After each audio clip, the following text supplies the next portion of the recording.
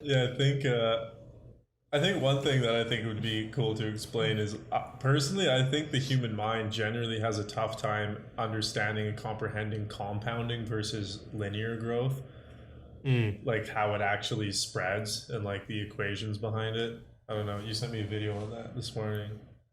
Like the exponential growth versus linear growth.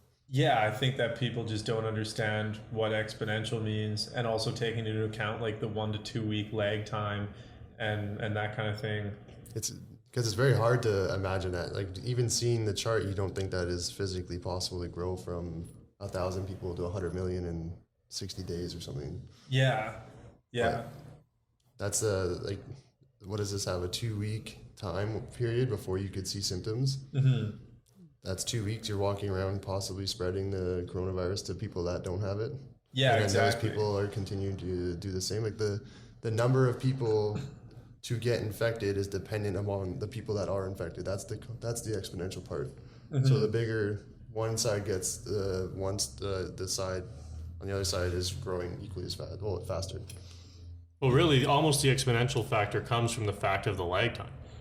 Lag A time. little bit. A little. I was just thinking that I was wondering, would it be scarier if you touched someone or something and they got symptoms within the day, or is it scarier that it's a 2 week lag? No, I think it's scary that it's a 2 week lag. Yeah. Because they knew lag. right away they'd be fucked up and like basically. I think it would cause more panic if it was a 24 hour.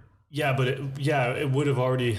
But think about how more advanced it would be. Like if people got it every day, then like we would have been where we are now, like months ago.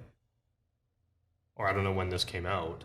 I don't even remember when I the. think the lag time just allows it to spread faster. No, 100%. That's what I Yeah. mean. Like maybe not where we are now, but like where we are now in like sense of like locking down and like really Oh, in sense of the like measures that they're putting that in they're place. putting in. Yeah, like you would have been like, okay, holy shit, this is actually a thing. Like within 3 weeks, whereas now like they Dilly fucked around for 2 weeks and then like, oh shit, now it's 10 times as bad, and then another 2 weeks, now it's 100 times. They're like, holy shit. Yeah, it would have never left Wuhan if it was 24 hours, probably. Just the name, man. I love that name. Would have never left Wuhan. Oh, I think after this is all over, we need to take I a was trip to just fucking thinking Wuhan. that. Yeah. Fuck yeah, Wuhan. They'll probably pay you to fly there.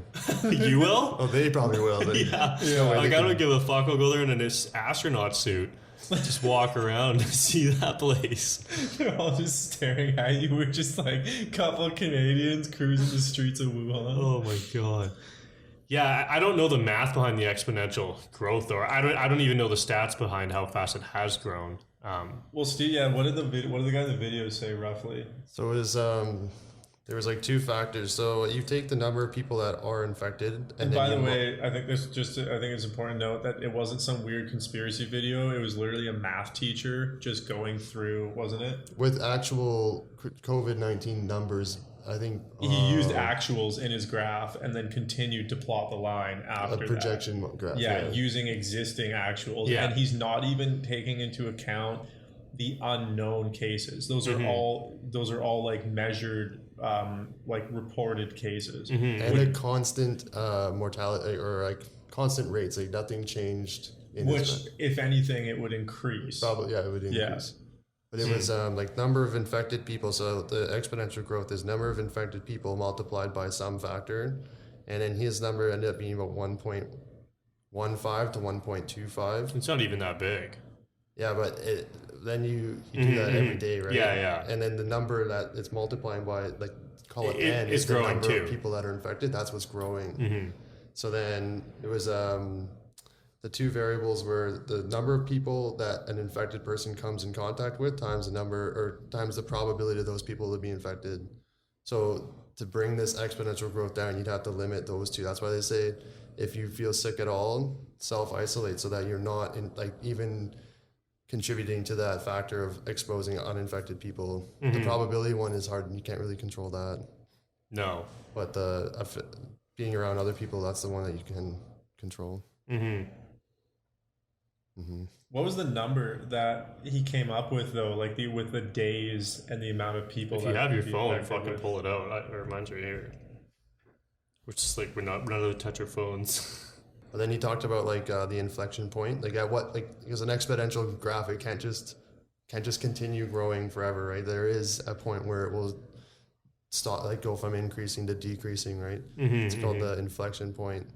And then I forget the name of the actual graph it makes, but you're looking for you take the ratio of the day, like today's day, like the number of infected, like new cases from today, and compare it to the new cases the day before. Mm-hmm. And once those numbers start to decrease, like they talked about it a lot in Wuhan when when the number of new cases were decreasing.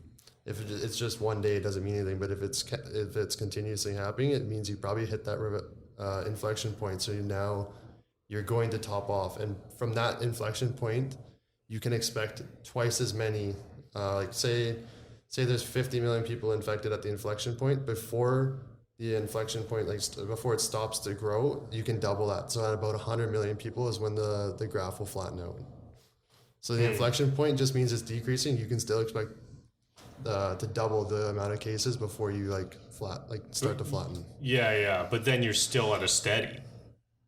Sorry? Then you're at a steady, or that for a you're at a while. It's plateau for a it's while. not declining even then. Yeah, and then you're just at your graph just flattens out.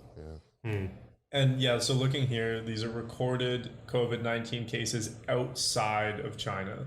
So it's like just Europe, North America. Oh, not even everything else, China. not including China. So not including China, there's been 21,400 recorded cases. And that's from January 22nd to March 6th. And you can see, well, we can throw this up here, but you can see that the curve is like super, super fast.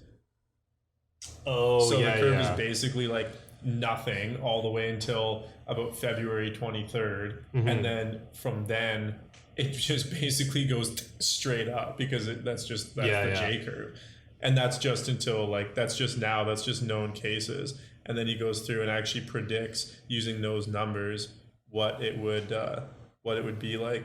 I'll find the numbers, but it was something like, I don't even, like 100, what was it? Like 100, was it 100 million people in 60 days? I think you said 62 or something. 62 days, it was like 100 million people would be infected. And from the 20,000. From the 20,000 outside of mainland China. I think it was sometime in April. Sometime in April would be like you're hitting the 100 million mark. Yeah. Fuck. So like really fast, because that video that he did the math like last week kind of thing. Yeah. So he just copied what's already been done and projected. yeah. So using real stats, which is crazy growth rate to think that so right now they think that there's not really that many cases or whatever, but then if you lay that all out, 100 million people because it's only been around for 3 months. So in 3 months, there's been 20,000 cases outside of mainland China, and 2 more months it'll be at 100 million, which is that's fucking crazy. What was crazy is he showed that at 100 million, he's using the variable, the exponential value that he's using was, I think 1.15 to 1.25. But he said if you could bring that down, he was doing 1.15, I think, to be conservative. He said if you bring that down by a factor of 3, so you're at 1.05, it doesn't affect the number, and it doesn't only reduce by a factor of 3. It actually went from 100 million down to only 450,000 people infected. So if you could successfully get everyone to quarantine and isolate, you could bring that number. So instead of infecting 100 million in 2 months, you could only infect 450,000. If you could control that exponential growth. Which is massive difference. Huge.